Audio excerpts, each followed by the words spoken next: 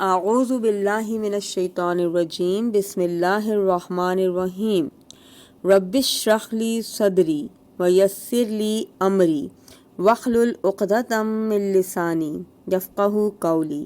السلام علیکم ورحمۃ اللہ وبرکاتہ۔ جی بچوں، کیسے ہیں آپ لوگ؟ خیریت سے ہیں؟ الحمدللہ۔ اچھا بچوں، ہم نے لاسٹ ویک سورہ طور شروع کی تھی اور آپ کو یاد ہوگا میں نے آپ کو بتایا تھا کہ سورہ طور قرآن پاک کے 27ویں یعنی 27 پارہ کی سیکنڈ سورہ ہے۔ اور بچوں، ہم نے سورہ طور کی پہلی 4 آیات پچھلے ویک پڑھی تھیں اور ان کو سمجھنے کی کوشش کی تھی۔ مجھے یقین ہے کہ آپ لوگوں کو یہ پہلی 4 آیات بہت اچھی طرح سے سمجھ میں آ گئی ہوں گی اور آپ میں سے بہت سے بچوں نے ان کو یاد بھی کر لیا ہوگا۔ آج انشاءاللہ ہم نیکسٹ 4 آیات سورہ طور کی ان کو پڑھیں گے اور ان کو سمجھنے کی کوشش کریں گے۔ آج کا سبق شروع کرنے سے پہلے میں جلدی سے ایک ریکیپ کر دیتی ہوں پہلی 4 آیات کا، تاکہ آپ کے ذہن میں وہ ساری باتیں دوبارہ سے آ جائیں اور آپ کو اگلی 4 آیات کو سمجھنے میں آسانی ہو جائے۔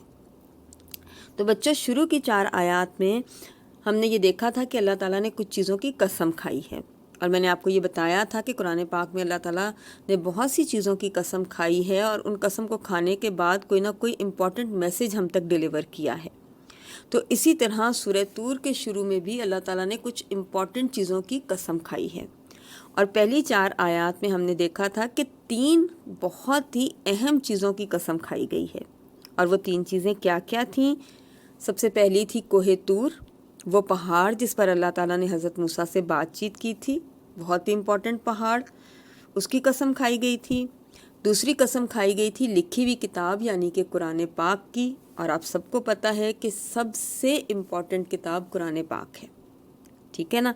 اور تیسری قسم کھائی گئی تھی آباد گھر کی یعنی خانہ کعبہ کی، اور خانہ کعبہ کی امپورٹنس سے بھی ہم میں سے کوئی بھی انکار نہیں کر سکتا، ٹھیک ہے۔ تو 3 بہت ہی امپورٹنٹ چیزوں کی قسم کھائی تھی اللہ تعالیٰ نے سورہ طور کی پہلی 4 آیات میں، ٹھیک ہے۔ اب ان باتوں کو آپ ذہن میں رکھیے اور ہم آج کا سبق شروع کر لیتے ہیں اور اگلی 4 آیات کو پڑھ لیتے ہیں۔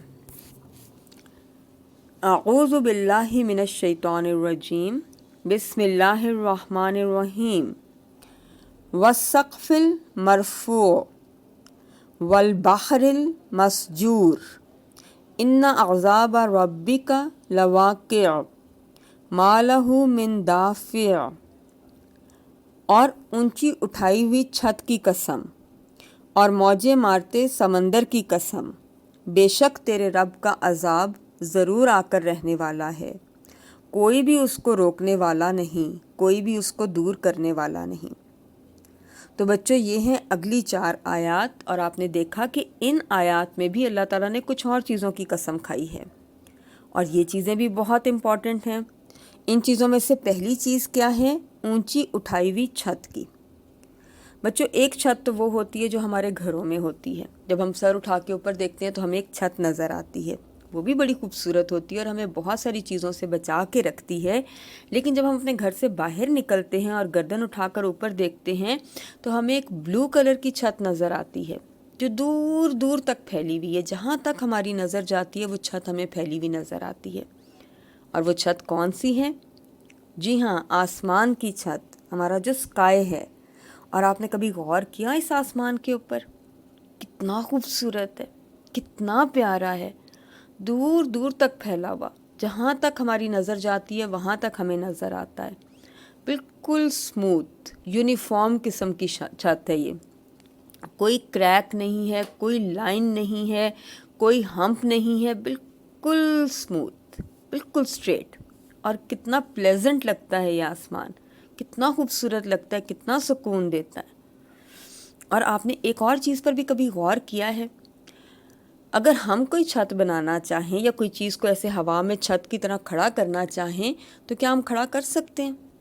نہیں کر سکتے، ہمیں کوئی نہ کوئی سپورٹ دینی پڑتی ہے، کوئی نہ کوئی پلر اٹھانا پڑتا ہے، کوئی نہ کوئی دیوار بنانی پڑتی ہے، کوئی نہ کوئی چیز نیچے رکھنی پڑتی ہے، تب ہم چھت کی طرح کوئی چیز بھی ہوا میں کھڑی کرتے ہیں، چاہے وہ بہت نیچے ہو چاہے وہ اوپر ہو، جہاں بھی ہو اس کو کچھ نہ کچھ سپورٹ ضرور دینی پڑتی ہے۔ لیکن کبھی آپ نے نیلے آسمان کو بھی دیکھا ہے؟ اس چھت کی کیا کوئی سپورٹ آپ کو آج تک نظر آئی؟ کوئی پلر، کوئی دیوار جس پہ یہ چھت کھڑا ہو؟ ڈھونڈنے سے بھی نہیں ملتا۔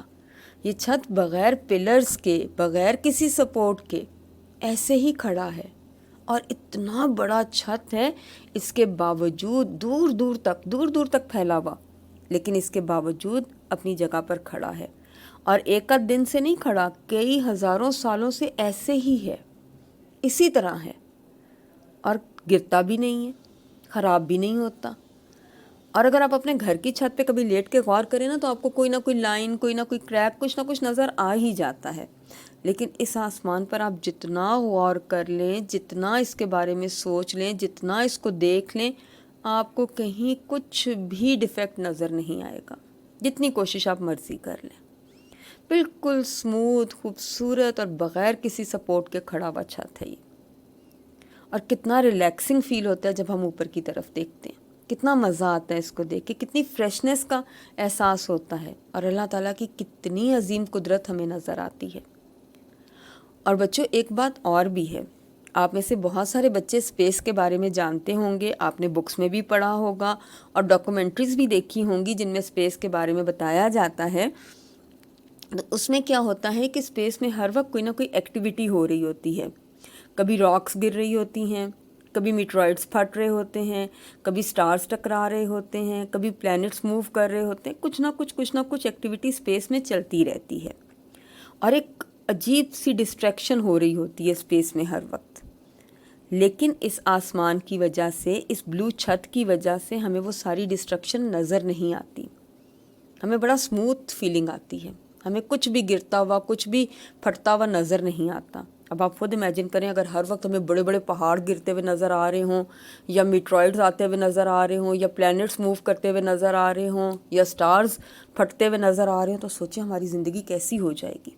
لیکن اللہ تعالیٰ نے کتنی زبردست چھت بنائی ہے کہ ہمیں یہ کچھ بھی نظر نہیں آتا، اور نہ صرف نظر نہیں آتا بلکہ اس چھت کی وجہ سے یہ ساری چیزیں ہماری زمین پر گرتی بھی نہیں ہیں، اس چھت ان کو اوپر ہی روک دیتی ہے اور ہمیں ان سب چیزوں سے بچا کر رکھتی ہے۔ تو دیکھیں کتنی زبردست چیز ہے جو اللہ تعالیٰ نے بنائی ہے، کتنی خوبصورت چیز، اور جتنا آپ اس پہ غور کرتے چلے جاتے ہیں، اتنا آپ کو اللہ تعالیٰ کی قدرت اور زیادہ نظر آتی چلی جاتی ہے، اور زیادہ اللہ تعالیٰ کی نشانیاں آپ کو نظر آتی ہیں۔ تو اس خوبصورت چھت کی قسم کھائی گئی ہے۔ ایک اور امپورٹنٹ چیز، ہماری زندگی کا ایک بہت اہم حصہ، اور اس کے بعد جو ایک اور چیز ہے جس کی قسم کھائی گئی ہے، وہ ہے بہتا ہوا سمندر، سی، اوشن۔ آپ نے کبھی سی سائڈ پہ آپ گئے ہیں؟ کتنی خوبصورت چیز ہوتی ہے، جہاں تک آپ کی نظر جاتی ہے پانی ہی پانی ہوتا ہے، ہر طرف ڈھیر سارا پانی نظر آ رہا ہوتا ہے، اور بڑی بڑی ویوز اٹھ رہی ہوتی ہیں، ایسے لگتا ہے جیسے ابھی اوپر آ جائے گا سارا پانی، لیکن جب تک وہ آپ کے پیروں میں پہنچتی ہیں، جب تک وہ بیچ سے ٹکراتی ہیں، ان کی انٹینسٹی کم ہو جاتی ہے، وہ بڑی اسموتھلی بیچ پہ ٹکراتی ہیں اور پھر اس کے بعد واپس چلی جاتی ہیں۔ کتنی زبردست بات ہے نا یہ۔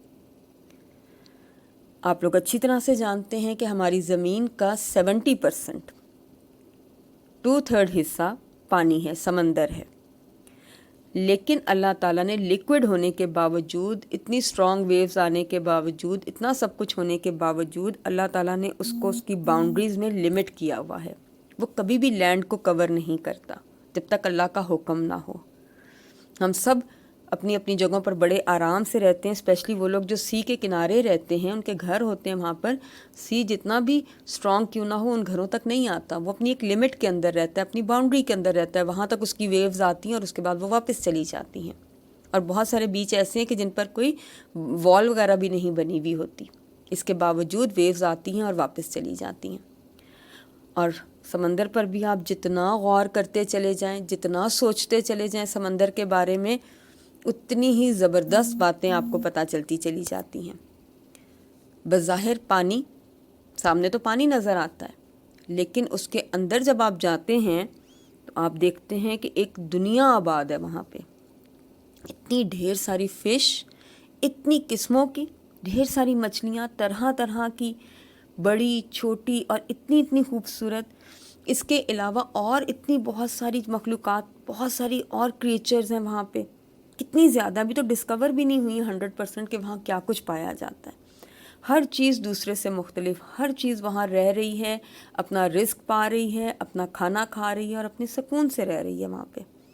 لیکن زمین پہ ہمیں وہ سب کچھ نظر نہیں آ رہا ہوتا. ٹھیک ہے نا؟ دیکھیں کتنی زبردست چیز ہے جو اللہ تعالیٰ نے بنائی ہے. بڑے بڑے پہاڑ ہیں، والکینوز ہیں سمندر میں، اور بہت کچھ ہے. اتنی ساری چیزیں ہیں سمندر کے اندر. اور یہ سب کچھ کس نے بنایا ہے؟ کس کی قدرت ہے؟ یہ اللہ تعالیٰ کی قدرت ہے. اللہ تعالیٰ نے ان کو پیدا کیا ہے. اور آپ سوچیں کہ اگر پانی نہ ہو، یہ سمندر نہ ہو، تو ہم زندہ ہی نہیں رہ سکتے، ہم سروائیو ہی نہیں کر سکتے. تو کتنی امپورٹنٹ چیز ہے ہماری لائف کی، اور کتنی خوبصورت چیز ہے. اور اللہ تعالیٰ نے اس کو کیسے کریٹ کیا ہے، کیسے زبردست طریقے سے اس کو بنایا گیا ہے. تو اس کو دیکھ کر بھی ہمیں اللہ تعالیٰ کی بہت ساری نشانیاں نظر آتی ہیں، اور ہمیں اس کی امپورٹنس فیل ہوتی ہے. ہمیں پتہ چلتا ہے کہ یہ کتنی اہم چیز ہے. تو بچوں 5 اہم چیزیں ہو گئیں اب تک. کیا کیا؟ کوہ طور، قرآن پاک، خانہ کعبہ یا بیت معمور، آسمان اور سمندر. 5 امپورٹنٹ چیزوں کی قسم کھائی اللہ تعالیٰ نے، جو سب کی سب اللہ تعالیٰ کی یاد تازہ کرتی ہیں. کوہ طور پہ چلے جائیں، اللہ تعالیٰ یاد آتے ہیں. قرآن پاک کو کھول لیں، اللہ تعالیٰ کی نشانیاں نظر آتی ہیں. خانہ کعبہ میں چلے جائیں، اللہ تعالیٰ کی قدرت نظر آتی ہے. آسمان کو دیکھیں، اللہ تعالیٰ کی یاد دلاتا ہے. اور سمندر کو دیکھیں تو پھر اللہ تعالیٰ کی یاد آ جاتی ہے. ساری چیزیں اللہ تعالیٰ کی نشانیوں کو واضح کرتی ہیں، اور یہ وہ ساری چیزیں ہیں کہ جن کو ہم اپنی نظروں سے دیکھ سکتے ہیں، ان پر ہم یقین رکھتے ہیں. یہ سب ہمیں نظر آتی ہیں. ہم میں سے کوئی یہ نہیں کہتا کہ خانہ کعبہ نہیں ہے، یا کوئی یہ نہیں کہتا کہ سمندر کے اندر مچھلیاں نہیں ہیں، حالانکہ ہم نے نہیں دیکھی لیکن پھر بھی موجود ہیں. ایسے ہی آسمان میں کیا کچھ ہے. ہم میں سے بہت سارے لوگ اسپیس میں نہیں گئے، لیکن ہمیں پھر بھی پتہ ہے کہ اسپیس میں کیا کچھ ہوتا ہے، آسمان سے پیچھے کیا کچھ ہوتا ہے. ہم ان ساری باتوں پر یقین رکھتے ہیں. تو جیسے ان ساری باتوں پر ہم یقین رکھتے ہیں، تو اب آتا ہے اللہ تعالیٰ کا وہ امپورٹنٹ میسج جن کے لیے ان ساری باتوں کی قسم کھائی گئی. اور اللہ تعالیٰ ہمیں ان ساری باتوں کی قسم کھا کر یہ کہہ رہے ہیں کہ جیسے ان پر یقین رکھتے ہو، جیسے ان کو مانتے ہو، جیسے ان کی امپورٹنس کو سمجھتے ہو، ایسے ہی یہ بھی سمجھو کہ ایک دن عذاب ضرور آئے گا. اور وہ دن کون سا ہوگا؟ وہ دن ہوگا قیامت کا. وہ ضرور قائم ہوگی، وہ آ کر رہنی ہے، اس کو کوئی نہیں روک سکتا. جس طرح یہ ساری چیزیں پرووڈ ہیں، یہ ساری چیزیں نظر آتی ہیں، یہ ساری چیزیں یقینی ہیں، ایگزیکٹلی ایسے ہی قیامت کا آنا بھی یقینی ہے. اور وہ اللہ تعالیٰ جو یہ سب کچھ کر سکتا ہے، وہ کوہ طور پہ آ کے اپنے نبی سے بات کر سکتا ہے، وہ قرآن پاک جیسی زبردست کتاب کو نازل کر سکتا ہے، وہ خانہ کعبہ کو بنا سکتا ہے، اس کو آباد رکھ سکتا ہے، وہ آسمان کو بنا سکتا ہے اور اس کو قائم رکھ سکتا ہے، اس کو کھڑا رکھ سکتا ہے، وہ سمندر کو چلا سکتا ہے، اس کو کنٹرول کر سکتا ہے، تو وہ قیامت بھی لا سکتا ہے. اگر وہ اتنا طاقتور ہے کہ وہ یہ سارے کام کر سکتا ہے، تو وہ اتنا طاقتور ہے کہ وہ قیامت بھی لا سکتا ہے. تو اللہ سبحانہ و تعالیٰ یہ سب کچھ کر سکتے ہیں، اور ہمیں اس بات پر یقین کرنا ہے کہ اللہ تعالیٰ قیامت کو بھی لا سکتے ہیں. اور ہم میں سے کوئی بھی، چاہے وہ کتنا ہی اسٹرانگ کیوں نہ ہو جائے، چاہے ہمارے اندر کتنی ہی طاقت کیوں نہ آ جائے، چاہے ہماری سائنس کتنی ہی ایڈوانس کیوں نہ ہو جائے، چاہے ہم کتنا کچھ کیوں نہ بنا لیں، ہم اس قیامت سے نہیں بچ سکتے. اس لیے کہ اس کو اللہ سبحانہ و تعالیٰ نے لانا ہے. اور اللہ تعالیٰ کی قدرت کے آگے ہر چیز بے بس ہو جاتی ہے، ہر چیز اللہ کے سامنے سرنڈر کر دیتی ہے. تو پھر ہمیں کیا کرنا چاہیے؟ جب قیامت نے آنا ہے تو پھر ہمیں کچھ نہ کچھ تو کرنا چاہیے نا اس کے لیے. سب سے پہلی بات، ہمیں اس بات پر یقین رکھنا چاہیے کہ قیامت ضرور آئے گی. اور دوسری چیز، ہمیں اس کی تیاری کرنی چاہیے. آج ہمیں تیار ہونا چاہیے اس قیامت کے لیے، کیونکہ اس نے تو آنا ہے، وہ تو آئے گی، ججمنٹ ڈے تو ہوگا، ایگزام تو دینا ہے. آج اس کی تیاری شروع کریں، آج سے اپنے عمل کو جمع کریں. اللہ کے سامنے کھڑے ہونے کے لیے آج سے محنت شروع کی جائے، ہر سیکنڈ کو استعمال کیا جائے، تاکہ جب ہم اللہ تعالیٰ کے سامنے کھڑے ہوں تو ہم کامیاب ہو جائیں، ہم ناکام نہ ہوں خدا نخواستہ. تو یہ بات سمجھنے کی ضروری ہے. یہ ہے وہ امپورٹنٹ میسج جس کی خاطر اللہ تعالیٰ نے یہ ساری قسمیں کھائیں اور یہ میسج ہم تک پہنچایا. تو آپ مجھے امید ہے کہ آپ ان 5 چیزوں کی امپورٹنس کو بھی سمجھیں گے جن کی قسم اللہ تعالیٰ نے کھائی ہے، اور سب سے بڑھ کے اس میسج کی امپورٹنس کو سمجھیں گے جو میسج اللہ تعالیٰ نے ان ساری باتوں کے بعد ہمیں دیا ہے، ٹھیک ہے نا؟ اللہ تعالیٰ آپ سب کی بھرپور مدد فرمائے۔ مجھے اجازت دیجیے۔ السلام علیکم ورحمۃ اللہ وبرکاتہ۔